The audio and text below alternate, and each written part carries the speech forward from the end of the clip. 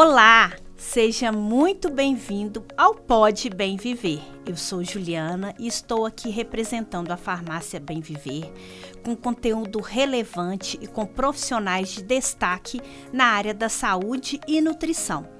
Hoje vamos falar de um assunto muito importante que está preocupando muitas famílias brasileiras.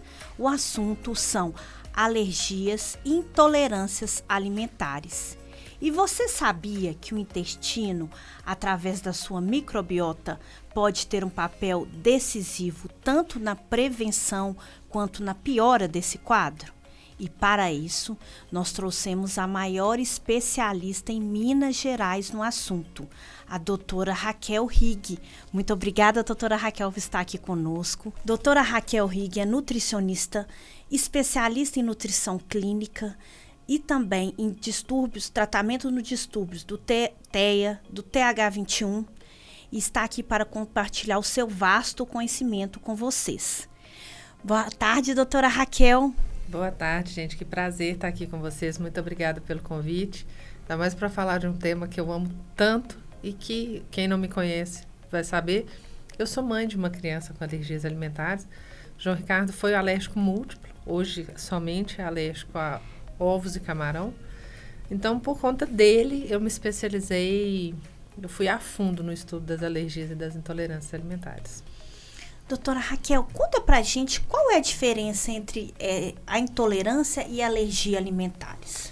As alergias alimentares, elas são reações que englobam o sistema imune. Tanto podem ser imediatas, que é aquela alergia clássica de camarão, que todo mundo já ouviu falar pelo menos, né? Que o olho incha, a boca incha, da urticária, da placa vermelha. E também temos as alergias que são tardias, que é aquela onde a pessoa come o alimento e ela vai ter reação de entre 4 horas e 14 dias depois. Pensa na dificuldade de fazer esse diagnóstico de forma correta. As intolerâncias alimentares, elas são mecanismos enzimáticos.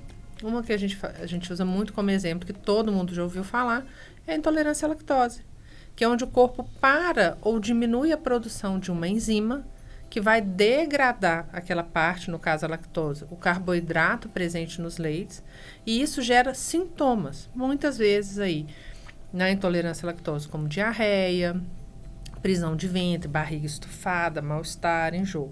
Então, basicamente, a gente tem essa diferença. As alergias alimentares são geradas por uma reação do sistema imune, podendo ser IgE mediadas ou não, e as intolerâncias alimentares são mecanismos enzimáticos. Então, eles atuam de forma diferente, mas colocam a pessoa, a criança, em situações ruins.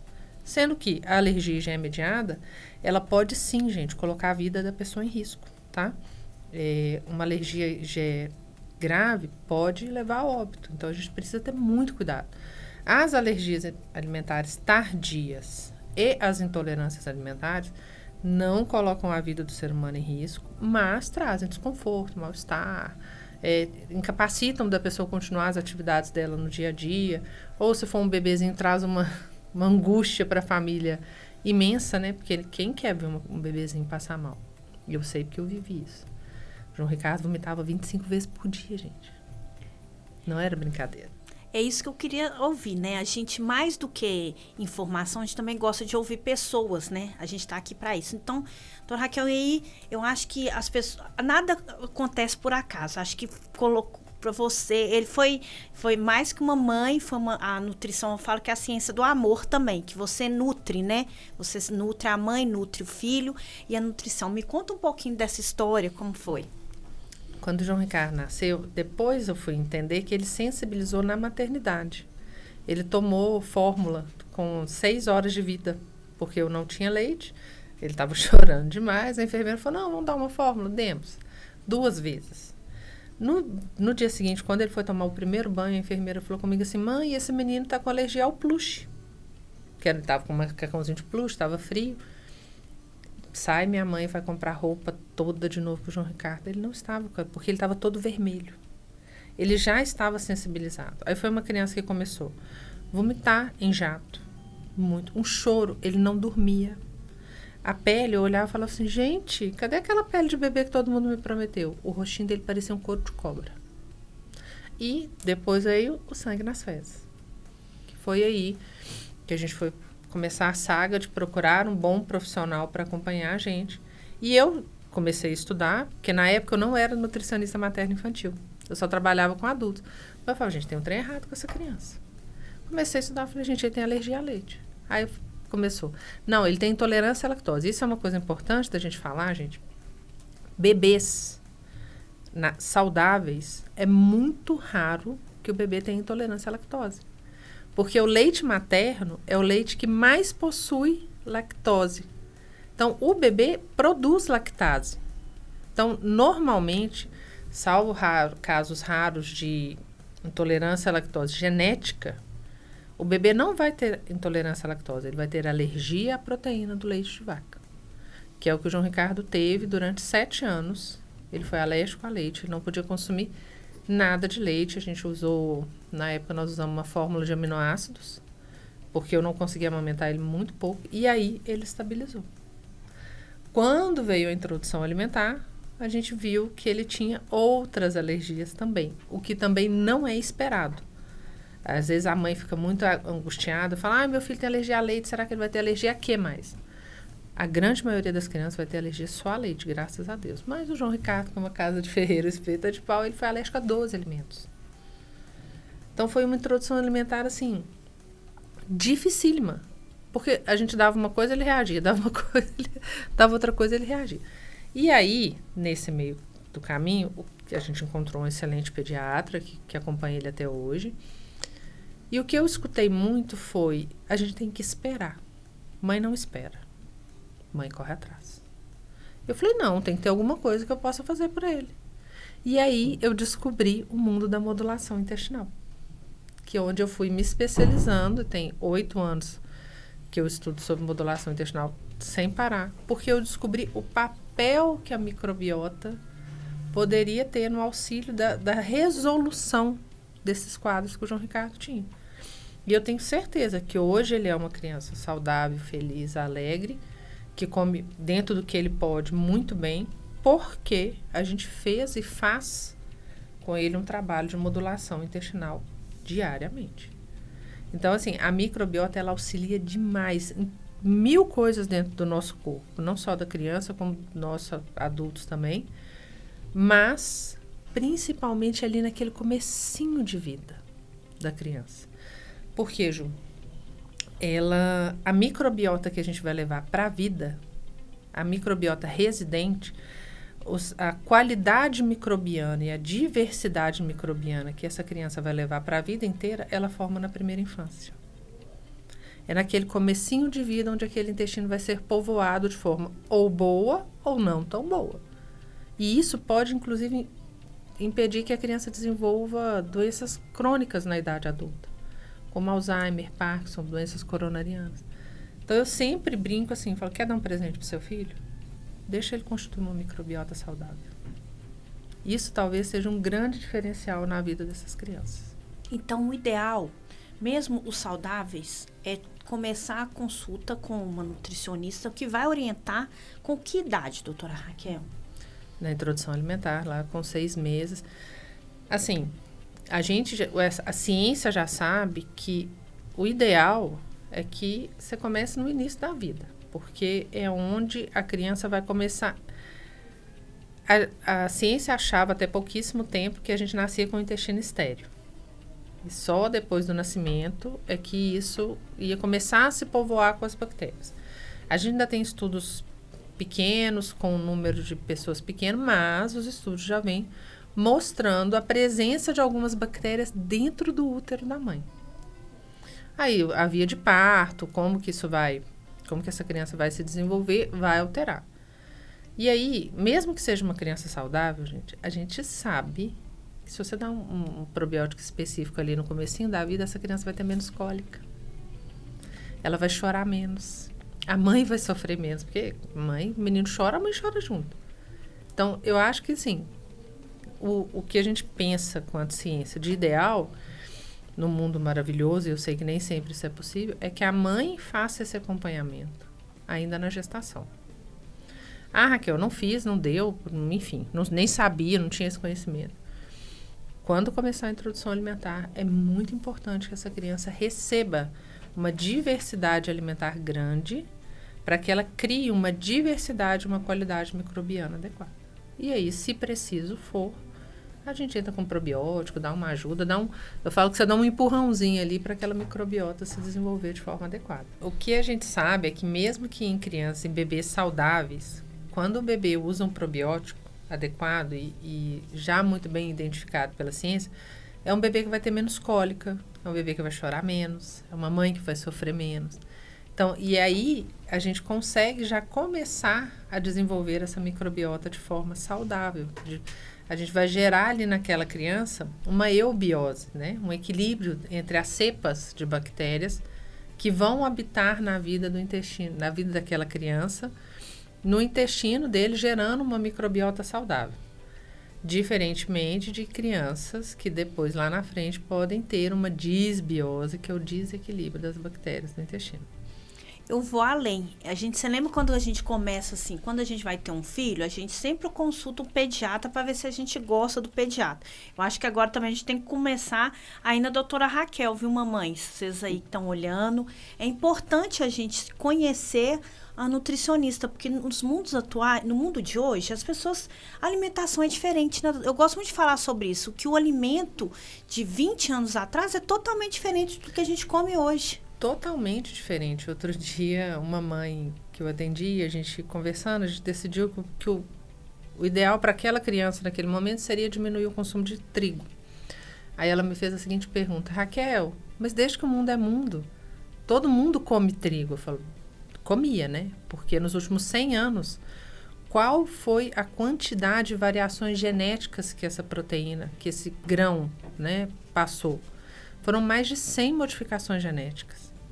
E a indústria modifica o alimento para que ele tenha, por exemplo, no trigo, eles estão modificando o trigo para que ele forme um pão maior, para que ele tenha um pão mais bonito. O solo que o alimento é plantado hoje, o grão é plantado hoje, gente, é totalmente diferente do solo que a gente tinha 50 anos atrás. Os transgênicos modificam isso tudo. E a nossa geração é uma geração onde a gente viu os ultraprocessados chegarem nos supermercados. Foi aquele boom. Nossa, eu lembro que você tinha aquela... Nossa, tinha uma lasanha congelada, você não precisa fazer. O que a gente viu acontecer? A saúde das pessoas só piorar. Na nossa geração, não sei na casa de vocês, mas na minha casa, tipo assim, refrigerante era no domingo e uma garrafa para a família. Isso eu fico impressionada mesmo. E hoje, os meninos tomam uma latinha ou um pack de 600 todos os dias no lanche da escola. Então, a gente está expondo essas crianças a alterações de alimentação e de ambiente que estão gerando cada dia mais doenças que eram lá aos 50, 60 anos, estão só se aproximando da infância e, às vezes, já acontecendo na infância. Porque as crianças estão se alimentando muito mal. E muitas vezes porque o pai e a mãe estão fora. Gente, zero crítica. Não estou aqui para criticar ninguém nunca. Eu também trabalho fora. Mas às vezes na correria, o pai e a mãe estão fora. E está se cozinhando menos dentro de casa. Então as crianças têm um acesso menor, entre aspas, aos alimentos de verdade. Outro dia eu atendi uma criança, gente, de 7 anos, não é mentira, não é exagero. Eu pus na minha mesa uma banana e uma maçã. E eu pedi para ela, fulana, pega a banana para titia. Ela pegou a maçã. Ela não sabe o que é uma banana e o que é uma maçã. Eu falei com ela, meu amor, essa é a maçã. Ah, é? Eu não conheço, tia. Eu me lembro um dia que eu cheguei num consultório, você estava ensinando as crianças a fazer um pão, assim. Eu achei isso tão legal, porque, tipo assim, coloca a pessoa no alimento, né? Acho que transcende aos tempos... Eu sou do interior, eu lembro das pessoas fazerem mesmo. Minha mãe fazia massa de pizza. Olha que maravilha. Né? E hoje, assim... E aí, me conta um pouquinho desse seu trabalho também, doutora Raquel, que eu acho que é tão importante isso nos dias de hoje. Esse trabalho que a gente faz no consultório de forma muito bonita, é um trabalho que eu tenho um carinho imenso por ele, que é a terapia alimentar. A gente coloca os meninos para pôr literalmente a mão na massa. O que a gente vê cada dia mais são crianças com uma seletividade alimentar muito grande e que as crianças não conhecem os alimentos. Se você não conhece, você não consome. Eu faço sempre um parênteses assim. Você come grilo? Não. Na nossa cultura, a gente não come grilo. Mas em outros lugares do mundo se come grilo como uma coisa natural. Você só consome o que você tem segurança. E as crianças não estão tendo segurança de comer o alimento de verdade porque elas não conhecem. Então, elas vão lá para dentro do consultório comigo uma vez por semana e a gente põe a mão na massa. Ah, é banana? Então, vamos fazer um bolo de banana, um biscoito de banana. Descasca essa banana para mim. Essa menininha me respondeu, não sei. Ela nunca tinha pegado uma banana. Falar, uma pitaia, um kiwi, uma carambola, uma fruta que é diferente. Não, gente, é uma banana.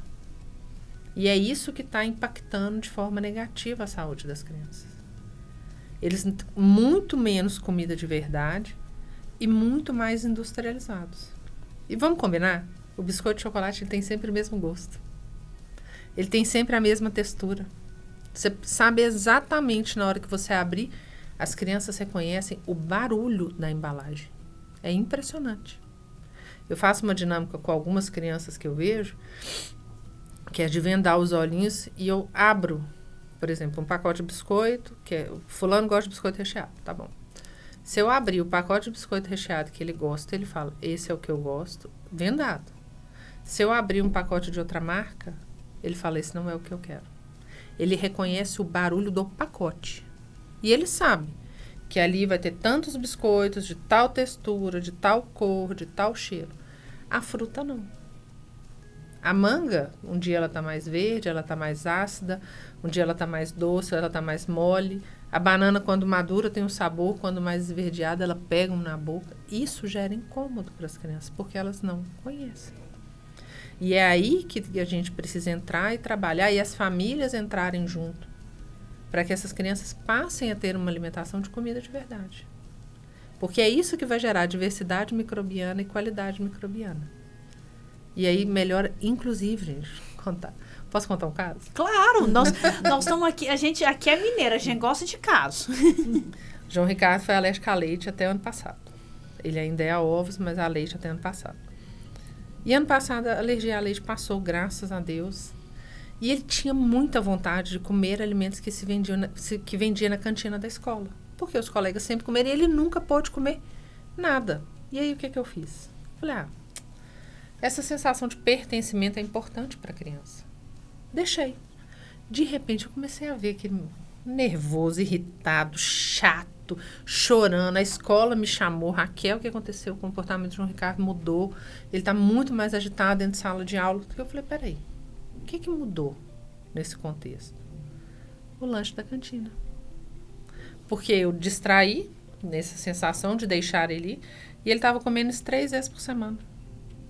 E aí ele descobriu que tinha um biscoito recheado que ele podia comer, coxinha e um outro negócio que era doce também, que eu não vou lembrar agora o que era. Mas era só tranqueira. Aí eu chamei ele e falei, filho, você percebeu o que aconteceu? Ele me falou, percebi, mãe. A minha barriguinha não está legal. Falei, por que você acha? Eu tô comendo muita porcaria na cantina. Falei, então vamos mudar isso? Vamos domingo, a mamãe vai sentar com você, vamos fazer o planejamento de quais lanches que você vai levar para a escola, vamos fazer junto. O trabalho que eu faço no consultório eu levei para dentro de casa. Então tá, essa semana vai ser panqueca de banana, bolo de laranja, tortinha de frango, tortinha de legumes. Tá, e a gente faz isso aos domingos. E o comportamento dele voltou a ser aquela criança que eu conhecia. E só coisa gostosa, gente. Só coisa gostosa. O pessoal tem uma mania de achar que o que não é saudável não é gostoso, né? Você falando de bolo de laranja, você já pensa no cafezinho. A gente traz... E eu falo que isso é uma outra coisa também que é importante que as famílias tragam para a vida das crianças. A memória afetiva em relação aos alimentos. Porque se ir no supermercado comprar um pacote de biscoito, não te gera a mesma memória, que igual eu tenho, de fazer bolo com a minha avó, com a minha mãe, com a minha madrinha. É isso e isso traz uma lembrança. Eu falei do bolo de laranja, eu sou capaz de sentir o cheiro do bolo de laranja. Aí fala, nossa, vou tomar um cafezinho, que delícia, vou conversar com alguém, vou ter um ambiente agradável ali à mesa. É aquilo que você falou, da nutrição e muito além do comer, do amor. É o nutrir, né? É o nutrir. E a gente nutre o amor com isso também. E a gente sabe que os sentimentos impactam na microbiota e a microbiota impacta nos sentimentos. Como, doutora Raquel? Isso aí é importante a gente saber que as pessoas isso, né? Não sabem. E isso é relativamente novo até na ciência. Até pouquíssimos anos atrás, a gente pensava, a ciência pensava, que essa comunicação do eixo intestino-cérebro, ela era do cérebro para o intestino. Hoje a gente sabe que 80% dessa comunicação é do intestino para o cérebro via nervo vago. Eu falo que a estrada da microbiota, ela é o nervo vago. Então, o intestino sensibiliza e manda uma informação para o cérebro. Gente, 80% da serotonina, hormônio do bem-estar, prazer. Sensação de bem-estar, de prazer, de alegria, aquela coisa gostosa que você sente, é produzida no intestino. E sem as bactérias boas no intestino, a gente não consegue fazer essa produção de forma adequada. E a gente precisa de quê? Triptofano. Mas o triptofano tem que vir da alimentação e as bactérias têm que fazer uma desconjugação e uma reconjugação dessas moléculas para que ela forme a serotonina, seja mandada lá para o cérebro fala, ai, beleza, estou bem. Quando isso impacta de forma negativa, o cérebro joga a molécula de serotonina fora, ele não reutiliza ela. Ele forma mais cortisol, a criança fica mais estressada, mais nervosa, mais irritada. Tudo isso acontecendo ali no intestino, sendo mandado para o cérebro. Impactando de forma diretíssima no comportamento dessas crianças. E dentro ali do que é a minha realidade hoje, que eu tenho vários pacientes que estão dentro do espectro autista, são crianças mais sensíveis, não sei se seria esse o termo, mas assim, mais suscetíveis a essas alterações. Então, às vezes, a escola chama a mãe fala, esse menino está muito agitado, tem que levar no neuropediatra. E tem que levar mesmo, tá? Tô falando que não é para levar não, mas tem que levar. Mas quando você organiza a casa, no sentido de tira aquele monte de tranqueira, se precisar, suplementa, entra com probiótico e organiza o intestino dessa criança, a criança responde assim. Da escola fala, gente, o João Ricardo, volto nele, né? Eu falo que é meu grande case de sucesso da vida, é ele. Graças a Deus. Quando a gente tirou isso tudo e eu entrei com suplementação, a escola me perguntou se ele estava tomando alguma medicação. De tanto que aquela agitação exacerbada melhorou e ele começou a centrar, a conseguir voltar a prestar atenção nas aulas, no que ele precisava. As notas responderam. A coordenadora me chamou e falou, Raquel, o João Ricardo está fazendo uso de alguma medicação? Eu falei, não. Não? Eu falei, não. Ele está fazendo uso de suplementação e eu mudei a alimentação. Então, isso impacta na vida dessas crianças, assim, de forma absurda. E eu falo que, às vezes, a birra não é só uma birra, gente. Às vezes, a birra é um grito de socorro. É um grito de socorro daquele corpo que está inflamado, daquele intestino que está gritando, daquela microbiota que não tá bacana. E uma outra coisa que é importante também a gente lembrar é o seguinte, a microbiota tem um outro papel, a gente começou falando de alergias alimentares aqui, que é o seguinte, quem vai fazer ácido graxo de cadeia curta para fechar a barreira intestinal é a microbiota. Então, se você tem um intestino furado, entra aquele alimento que o corpo entende que é um agressor, ele passa ali de uma forma que ele não deveria passar e vai para a corrente sanguínea, dispara o sistema imune, dispara a reação. Mas se você tem uma microbiota boa, se aquela criança tem uma diversidade microbiana boa, formou a quantidade que precisa de ácido graxo de cadeia curta, ele fecha a barreira intestinal. Vai ter menos translocação aqui, ó. Vai passar menos aquele fragmento proteico lá para a corrente sanguínea. Então, você diminui o número de reações. Se você fecha essa barreira intestinal de forma adequada, essa criança tem muito menos gritos do sistema imune, porque 80% do sistema imune está dentro do intestino. Então, se está translocando menos, ela vai ter menos sintoma. Ela vai passar menos mal. E isso, às vezes, é o que a mãe quer. Às vezes, a mãe não está nem preocupada se aquela criança vai curar, melhorar. Fala, não, eu só quero que ele pare de passar mal hoje. Você quer só a qualidade A qualidade de vida. da família. Eu falo que é isso. Não é só da criança, é da família. É da família. O doutor Raquel, voltando um pouquinho sobre as alergias, pelo seu conhecimento, quais são aqueles alimentos que você vê que dá mais, ou intolerância, ou alergia? Me fala um pouquinho sobre isso. Hoje, os alimentos que a gente tem visto maior número de alergias alimentares vão entre leite, ovos, trigo, castanhas, amendoim, gergelim, frutos do mar e camarão. E o que impacta aí que a gente tem visto é que as alergias, e aí eu vou falar muito que a minha área hoje é na infância, as alergias elas estão mais duradouras e com reações mais fortes, mais graves. Muitas vezes acredito eu que por essa questão que a gente estava falando aí da barreira intestinal. E a alteração dos próprios alimentos. Exemplo, gergelim é um alimento que a gente não tinha aqui no Brasil um consumo tão grande. Amendoim também não. Com a cultura de outros países entrando na nossa alimentação, hoje os bebês comem pasta de amendoim na introdução alimentar. Isso não é um problema, gente, não é. Mas é um alimento que a gente não estava consumindo tanto, passa a consumir mais, então talvez por isso também esse número de alergias tenha aumentado. E sobre isso, a pessoa quer introduzir um alimento diferente, igual amendoim. Qual é a orientação que você dá para uma família, por exemplo, que ela quer colocar? Tem alguma idade para começar? Tem.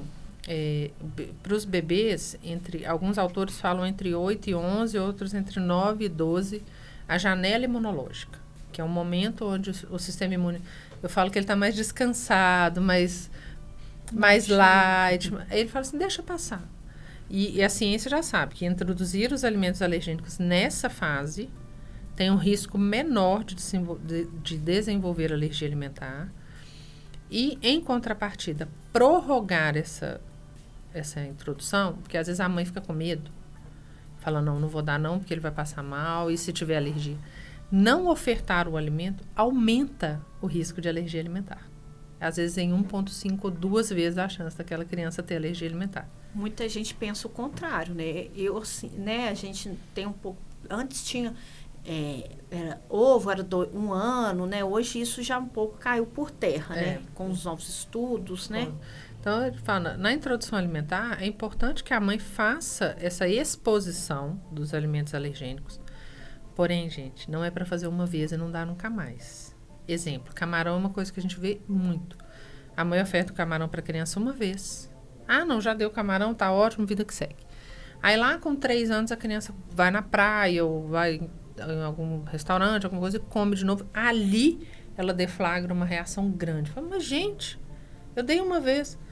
É preciso que essa oferta que aconteça mais de uma vez durante esse período da introdução alimentar.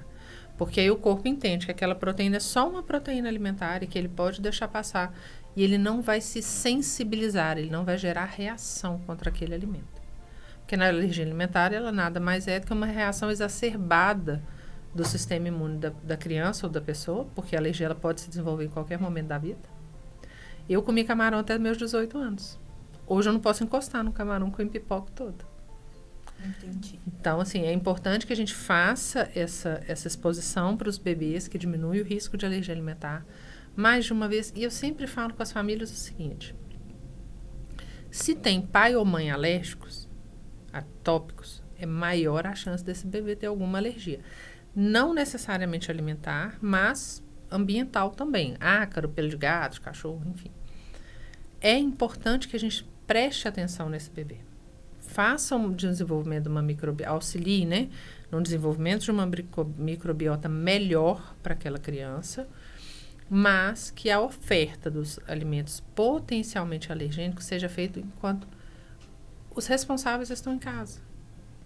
Mais de uma vez, então, a mãe já voltou a trabalhar, na maioria das vezes a introdução alimentar está sendo feita ou na escolinha ou com a babá. Então tá bom, pega no final de semana e oferta esses alimentos.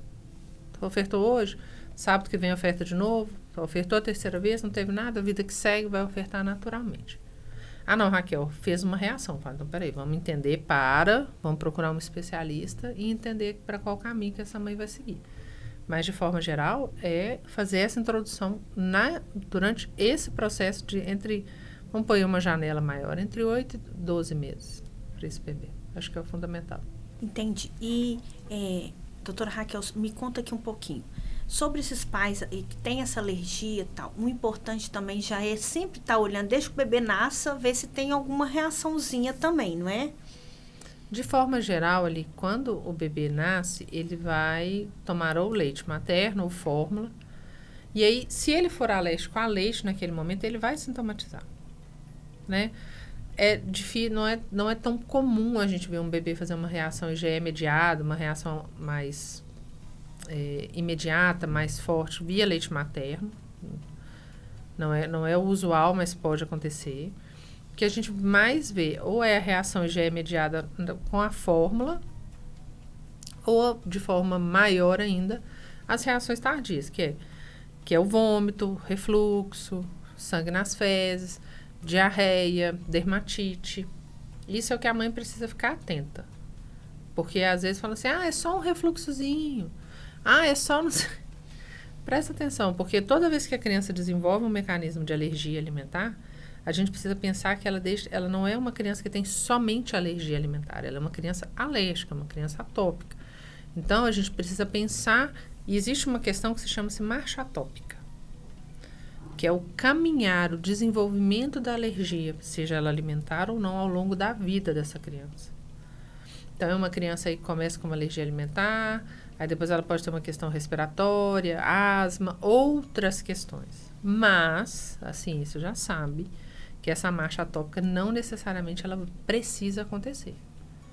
E esse não caminhar das alergias pode passear e passeia muito pelo mundo ali da microbiota. A gente fala, volta no microbiota. Fala, volta no microbiota.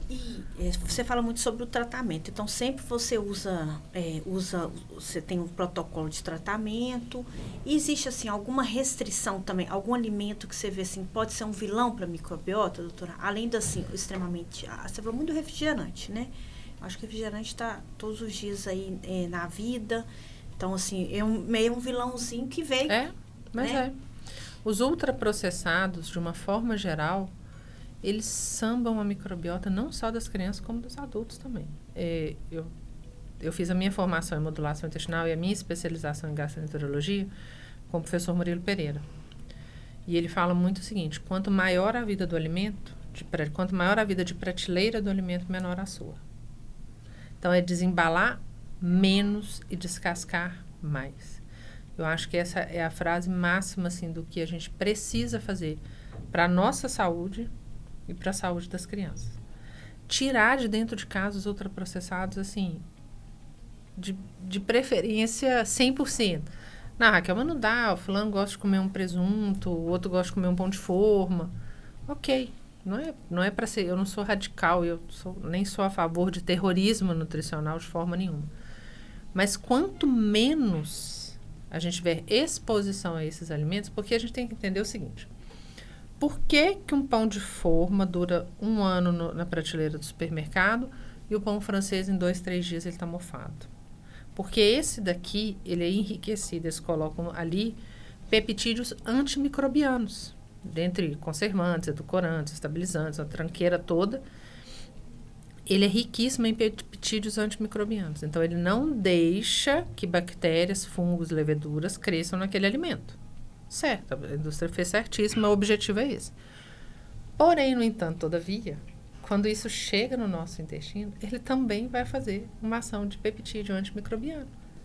Então, ele vai diminuir, potencialmente, pode diminuir, as boas bactérias no nosso intestino. Ele altera a microbiota. Então, isso pra gente é péssimo. Quanto maior a vida dali, pior vai ser pra gente.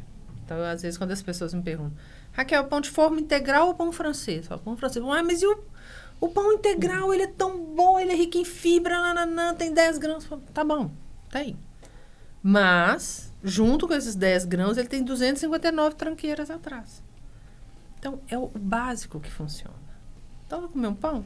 Não tem nenhum problema com glúten, a criança, o adulto não é celíaco, não tem sensibilidade não celíaca ao trigo, pode comer o glúten. Como o mais natural possível. Acho que essa é a grande sacada da nutrição hoje, é entender é fazer que as pessoas entendam isso. Por quê? Comprar o pão de forma é mais fácil. E não vou te falar que na minha casa não entra, não, porque entra. Às vezes eu preciso estar ali, numa correria do dia a dia, ele está ali, mas não pode ser o diário. É o de vez em quando. Tirar os ultraprocessados da nossa mesa e da mesa das nossas crianças é fundamental para a saúde de todos nós. Vamos comer verdura, legume, fruta, arroz, feijão, um bolo feito em casa no dia, não seja essas tranqueiras industrializadas. Ah, quer comer um biscoito? Gente, eu faço lá dentro do consultório biscoito recheado com os meninos de forma saudável. Tem que colocar essa receitinha pra gente. Ah, vou passar pra você, Ju, ela é ótima. Esses dias eu achei engraçado que meu filho virou pra mim, mãe, mas tem que ter arroz e feijão aqui em casa todo dia? Eu falei, todo dia. Todo dia tem que ter arroz e feijão. Todo dia tem que ter verdura. Outro dia o meu me perguntou assim, nossa, mas eu tenho que comer verdinho todos os dias? Eu falo, sim. Tem que comer fruta todo dia? Sim. Aí eu falo com ele, mas se eu deixar, você quer comer biscoito recheado todo dia, não quer? Não, mãe, não quer não. Eu falei, quer sim. Quer. Por quê? E outra coisa, a indústria usa de artifícios, de glutamato monossódico, de realçadores de sabor, que vão lá no centro da fome e saciedade do cérebro, geram despolarização e repolarização muito rápido. Isso gera uma sensação de bem-estar e de euforia absurda. Então, aquele negócio que a criança come, faz aquele creque, que já dá um mecanismo de compensação no cérebro. Bom. Despolarizou, repolarizou, dá aquela sensação boa, a criança fala, eu quero mais. Ainda vem um açúcar ainda que aumenta a estabilidade. Cara, sensorialmente, é uma bomba dentro do nosso corpo. E é feito, e a indústria é muito... O trabalho deles é fantástico nesse sentido, porque eles conseguem. Sensorialmente se desenvolve alimentos que fazem o nosso corpo querer mais e mais e mais. Coisa que o alimento de verdade não vai fazer com tanto impacto, com tanta força igual esses industrializados, principalmente a base de glutamato, fazem. Ah, é gostoso. O que é mais prazeroso para o cérebro? Um biscoito recheado ou uma manga? Um biscoito recheado. Mas, para a saúde, a manga é infinitamente melhor. Eu falo que tem alimentos que não deveriam existir na vida, assim. E o exemplo também da casa, né, doutora? Eu acho que não adianta nada. Você pede seu filho... Eu vou falar, eu não gostava de manga. Eu aprendi a comer manga com meu filho, porque eu vi que manga é uma coisa... Você pegou a manga, eu tô te dando um exemplo da minha casa. Aí eu falei, gente, é saudável, mas ele precisa ver que eu como a manga. Sim. Não é? Eu acho que o exemplo também é disso. Não adianta... a gente nasceu... que miojo era uma coisa prática, né? Meus filhos nunca comeram... Uma vez minha menina comeu miojo, ela quase falou, mãe, eu quero experimentar. Eu falei, então eu vou fazer pra você. Sim. Eu acho que ela tem que experimentar. Mas aí depois ela viu que ela não gostava. Mas se eu como todo dia, eles vão falar assim, mas isso deve ser gostoso também, meu pai. Minha mãe tá comendo, por que eu não posso comer?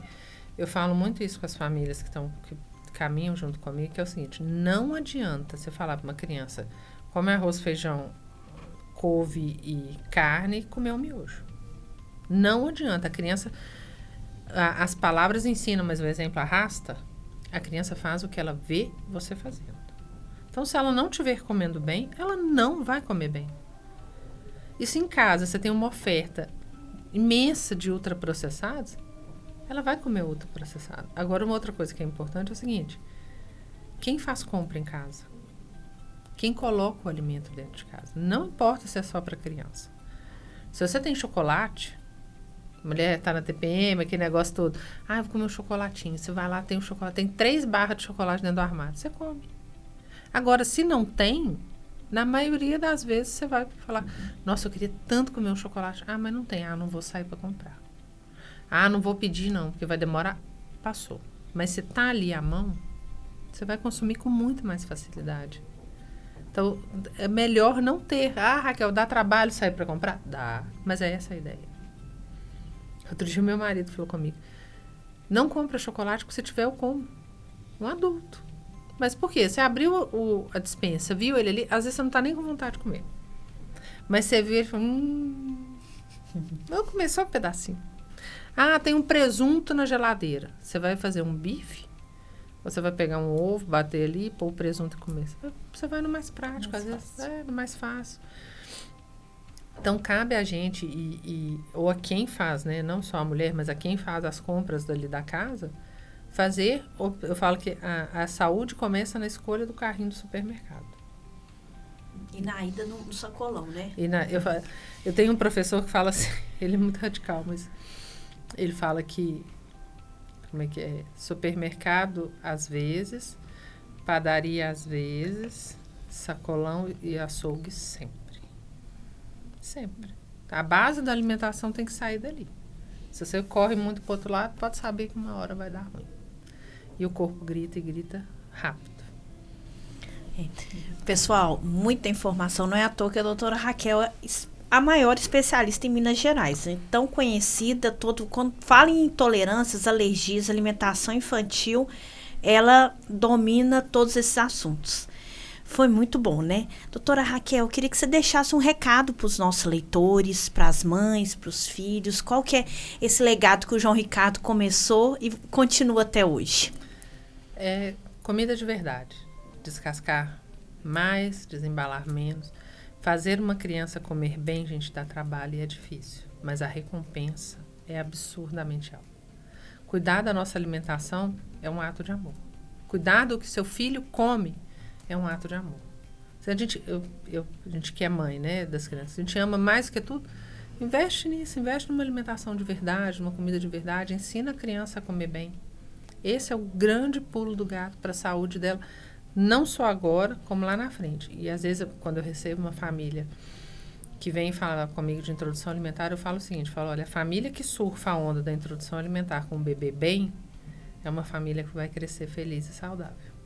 Porque muitas vezes a família passa a comer bem porque aquela criança precisa comer bem. Então é isso, surfa a onda da alimentação saudável com a sua criança, com o seu marido, com quem for. Vocês vão ver que a vida vai ser muito menos pesada, difícil, mas mais amor e mais carinho. Obrigada, doutora Raquel. Obrigada, Claudinha, tá aí com a gente também. Sou representante na farmácia Bem Viver. Tive a honra no meu processo de visitação de conhecer a doutora Raquel. E trabalho com ela, né, levando algumas informações ou suplementações da farmácia Bem Viver quando necessário. Foi um prazer estar com você, doutora. Muito obrigada. E obrigada, Juliana, também proprietária da farmácia Bem Viver, pelo convite. Obrigada, gente. Obrigada. Gente, por hoje é só, mas assistam sempre o nosso podcast. Ele está em todas as plataformas. E também a gente vai colocar o Instagram da doutora Raquel. Qual que é o seu Instagram, doutora Raquel? Nutri com Raquel. Isso. Tchau, tchau, gente. Até a próxima.